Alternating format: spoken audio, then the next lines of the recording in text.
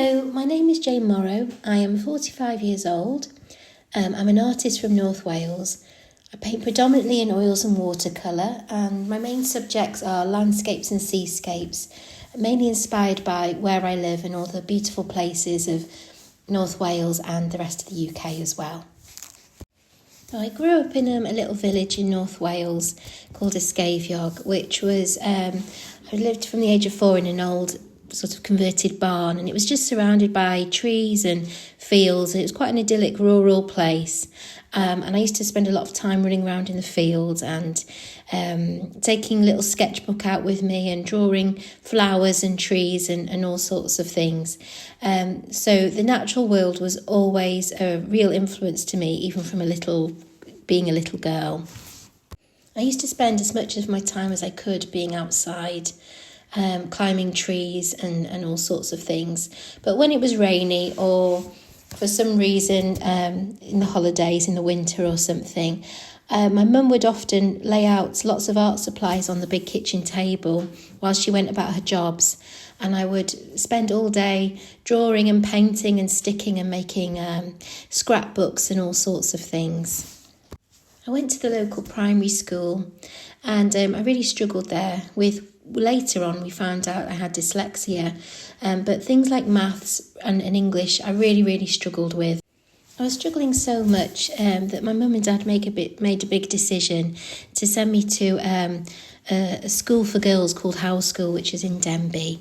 I absolutely loved it there. It was quite hard sometimes in the sense of it had quite Victorian style teaching, but one of the wonderful things about that school was that it really valued the arts as well as the sciences. So I had a really good education in terms of being able to access the art equipment that they had there. They had big art rooms.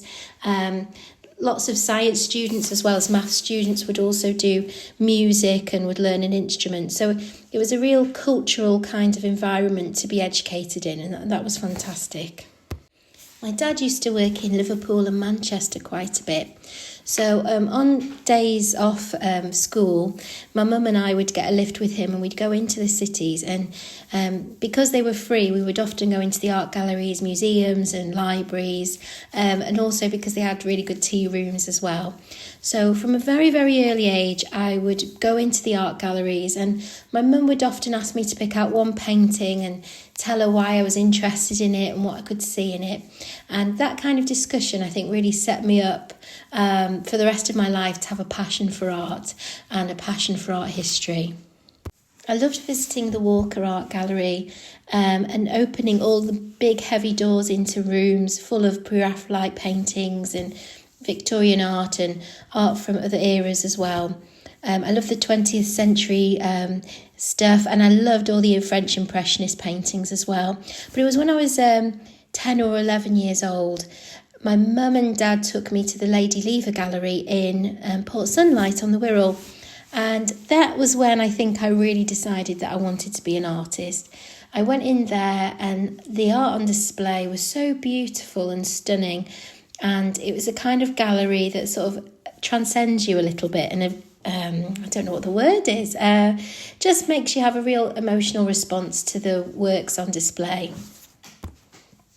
Another thing that happened around that time was I was taken over to the Lake District, to the Beatrix Potter Museum, and I became obsessed with all her illustrations and would get gifts of books and things by Beatrix Potter, and I would spend a lot of time copying her little illustrations, and I was inspired by her love of nature, so I would do little detailed drawings of twigs and flowers and little watercolour landscapes and things. My mum, when she used to put the stuff on the table for me, she had a little old battered watercolour tin and some old brushes, so I would often do little paintings and of all these sort of things. So I knew quite early on that I wanted to be an artist. When I was going towards GCSE time, our teacher put on things like life drawing classes for us and took us over to the London exhibition of, I think it was the Sensation exhibition with Charles Saatchi over at the Royal Academy. And I thought it was fantastic. It was a lot of modern pieces there, and as I used to go to the Tate Liverpool with my mum when I was a little girl, I was quite familiar with modern pieces. But it was actually being in, it was either Tate Britain or the National Gallery over in London. I went into a room and it was quite dark, and there was all these amazing little cloud studies and things by Constable. And then in another room there was Turner as well. And I just absolutely fell in love with these intimate little pieces of, the clouds and the sky and the sea, and just the way the artist sort of depicted just a glint of light and how that subject became that little bit of glint of light. And I think that still influences me to this day. So going into A-levels, life threw a bit of a curveball at me with certain things going on at home. So I became quite distracted and not really focused on art anymore. And I think I kind of lost my way a little bit. But there was a really fantastic artist in residence staying at the school. She was called Mandy. I'd love to remember her last name, but she was a ceramicist. And this one day, I'd kind of just completely given up on everything. And she said to me, listen, come into the ceramics room. Let's make some pots together. Talk to me. Tell me how you're feeling. And that became a real refuge for me. And I got really interested in ceramics at that time, so I sort of changed gear a little bit and thought I would go into doing that. She also made me, I wasn't going to apply for university or anything. I felt quite lost and unready to settle to anything, but she said, listen, let's get your portfolio together, go and get all your stuff. And I did that, and I actually went to a local art college. It was Wrexham Yale, and I started doing a foundation art degree there. It was quite a mixed media sort of a college, and it was fabulous in many respects, and I made some wonderful friends, but I didn't really learn as much as I would have liked to have done there, and I felt actually a little bit more lost than before. But we had an amazing opportunity to go to visit a place called Pietrasanta in Tuscany, with trips out to Florence and Siena and Pisa. And that was part of a European funded scheme for the art students. And I think that was a real awakening to me. I found the artwork there absolutely inspiring, all the architecture and everything. And I got a real passion for art history. Got quite a lot of golden kind of memories of that place, and I used to do a lot of sketching there, which was fantastic. And I was absolutely gutted that I lost that sketchbook, and I would have loved to have been reacquainted with it. But I would spend a lot of time in the cloisters at the Bozzetti Museum of Sculpture in Pietrasanta, and which was a mecca for artists and sculptors. So I think I started to sort of really be interested in going down the line of sort of ceramics, sculpture and all that. So that was my sort of plan in my next stage of my education. When I got home from Italy, my mum's mental health had struggled quite a bit, and she was quite unwell. So it started to make me really rethink what I was going to do with the rest of my life. I started to think that I needed to be get something a bit more vocational in terms of a steady income and stuff like that. So I started to abandon a lot of my hopes and dreams of being an artist, and instead I went to do a degree in human communications at Manchester University. But another curveball came when I got pregnant with my lovely son, who's now 23, and I moved back to North Wales again. A lot of my time and energy was going into raising my little boy. And I made a really good friend at the time, and that friend is now my husband. And one day, whilst we were friends, he was watching me fill in some forms because I was considering going to become a primary school teacher. And he said to me, Jane, you know, I've never met anyone who's as passionate about art as you. I've never met anyone who, you know, loves galleries and art history as much. Are you sure you want to be going into that direction? Are you sure you don't want to be going into a place that you're passionate about? So I had a really good think, and I decided what I really needed to do was to re-educate myself. I'd never really, although I'd had a really good education at Howell School, I hadn't really had anyone address my dyslexia. So I decided to go to the local college and do an access into further education course. And there I got some fantastic help with my dyslexia. And for the first time in my life, I started to gain a little bit of confidence in terms of what I could do academically. I decided that I'd actually wanted to go down a different road than being an artist. So I decided to do a degree in history of art. And I had been absolutely surprised that with the confidence of having some help with my dyslexia, I discovered that I loved writing, and I actually did a combined honours course in history of art and English literature, which is fantastic. And from then, I was so passionate that a lovely, wonderful lecturer we had called Dr. Judith Walsh, she invited me to teach alongside her at Tate Liverpool. And I did that for a number of years. When she left, I carried on the courses and co-wrote some courses, wrote courses, ran workshops, and that kind of background of art history, I would say, has been really formative in myself becoming an artist in my own way. I think because I was able to study the actual technical side of paintings, being able to go that close up to them with magnifying glass, seeing how artists created things, the layers of paint, and looking at sculpture as well. But I decided it was actually in the paint that I started to think, I'm really quite interested in this. I'd love to sort of start doing some for myself.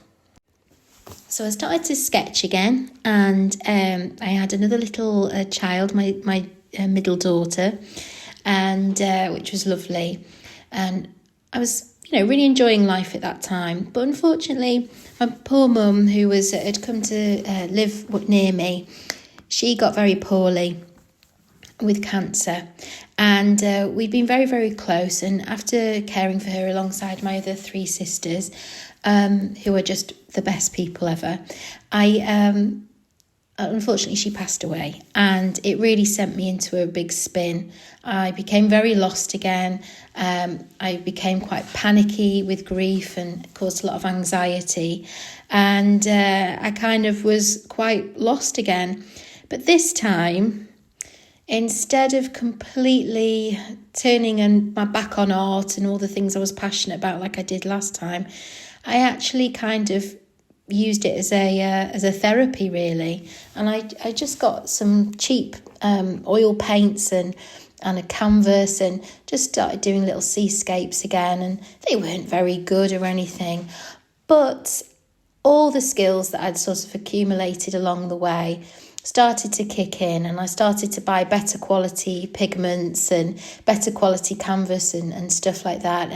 And I really enjoyed doing it, and I absolutely loved painting seascapes. We lived near the sea, and it sounds a bit weird, but when I used to drop off my kids at school, I was missing mum so much, and just felt really shocked at death and cancer and all those horrible things, that I would go and stand and just stare out on the sea and just stare out the horizon and watch the clouds pass by. And I couldn't stand being in the house, so I'd walk long distances on the Wirral coast, and I would observe the clouds and how they move, and I would start to take that back into the house and do sketches and paint, and this went on for a number of years.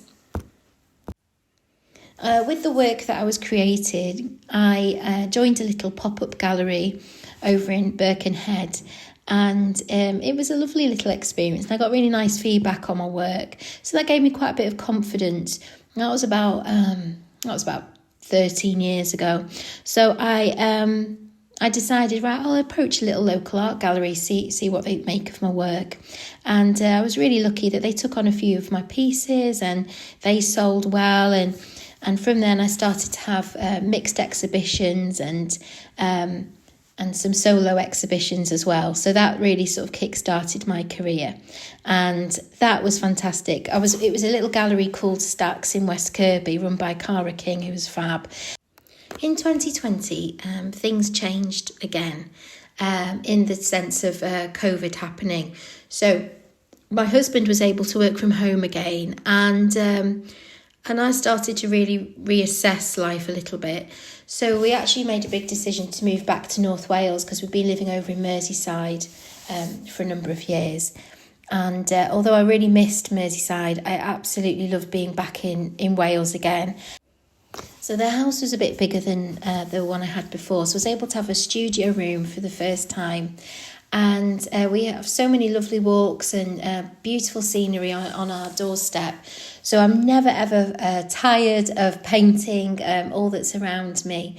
And I was very, very fortunate in that some galleries over in North Wales, Oriel Glasfryn Gallery and then Oriel Plasglini Weddw over in Llanbedrog, invited me to exhibit with them over some of their summer exhibitions. And also I got some work into the Royal Cambrian Academy over the last 2 years, their open exhibition. So that's been fantastic. Since being in Wales as well, it's really made me think about the kind of artist that I want to be. So although I still paint all my seascapes and landscapes and other subjects, I'm also quite interested in the actual science behind all the paint and the things that I use and the materials I used.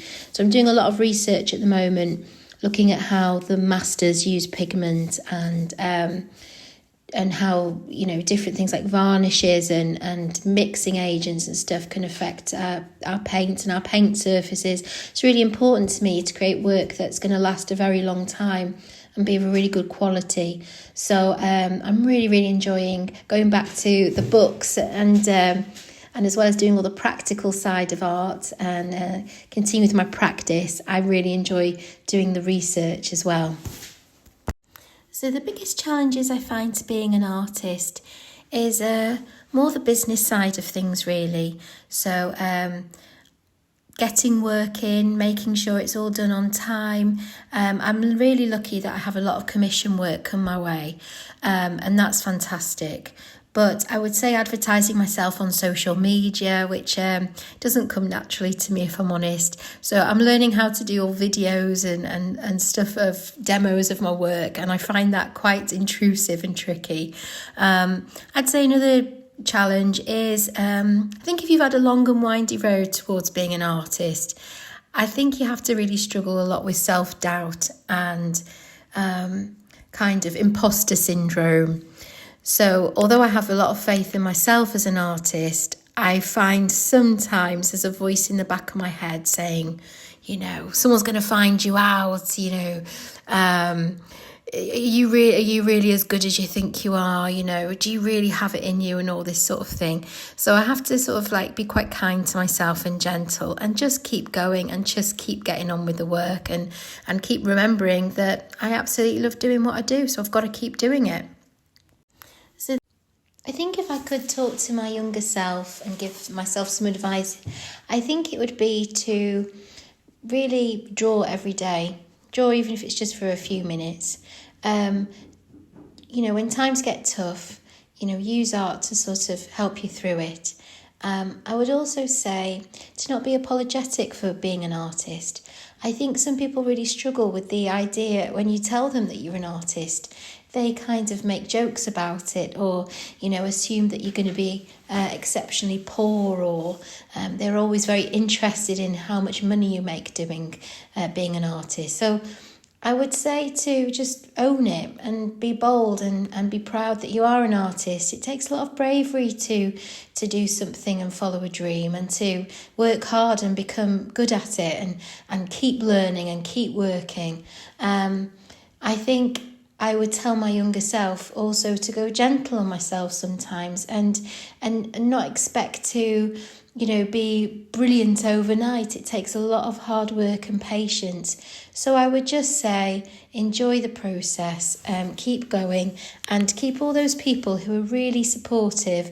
I've had some really supportive, wonderful people along the way, from family members and friends, commissioning pieces at the very beginning, to my husband and children and sisters and their families. I'm very, very lucky with the friends and family I have. So if all else fails, nurture those relationships and just have faith of yourself as an artist and keep going. So thinking about ever trying any unconventional mediums or techniques, well, recently I went to a exhibition of Turner's seascapes over at Tate Liverpool, and I was absolutely immersed in the absolute passion and joy of them when I walked into the big rooms there. I think what I was looking at was how he was painting, and I noticed that he used a lot of things like wax in his paint. So I'm going to have a little think about using wax and seeing if what other textural substances I can use. So the radio is on all day in my studio. I love listening to classical music, BBC Radio 3 or Classic FM.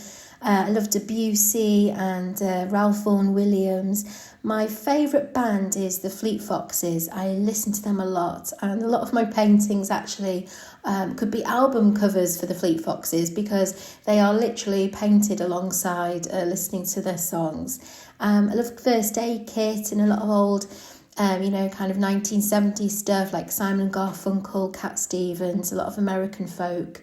I also love a good podcast. So recently I've been listening to the Uncanny podcast with Danny Robbins on BBC Radio Sounds, which are real life ghost stories, and they're fantastic, really entertaining and lovely background noise.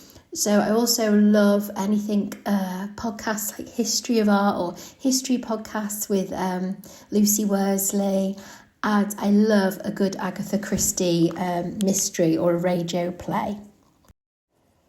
So the best reaction I've ever had about my artwork was, I think, a very personal one, first of all. My youngest little girl, who's now 9, she saw some of my work on display recently at the art gallery, and I could see she was just really proud, and she was taking photographs and told me she was really proud of me, and that really made me happy.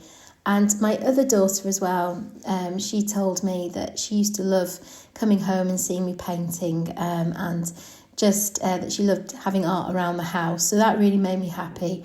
I think from a client point of view, I had a client write to me once who had one of my paintings up while they were in their room while they were recovering from an illness, and they said that it really helped them get through it, and they found a lot of peace from it.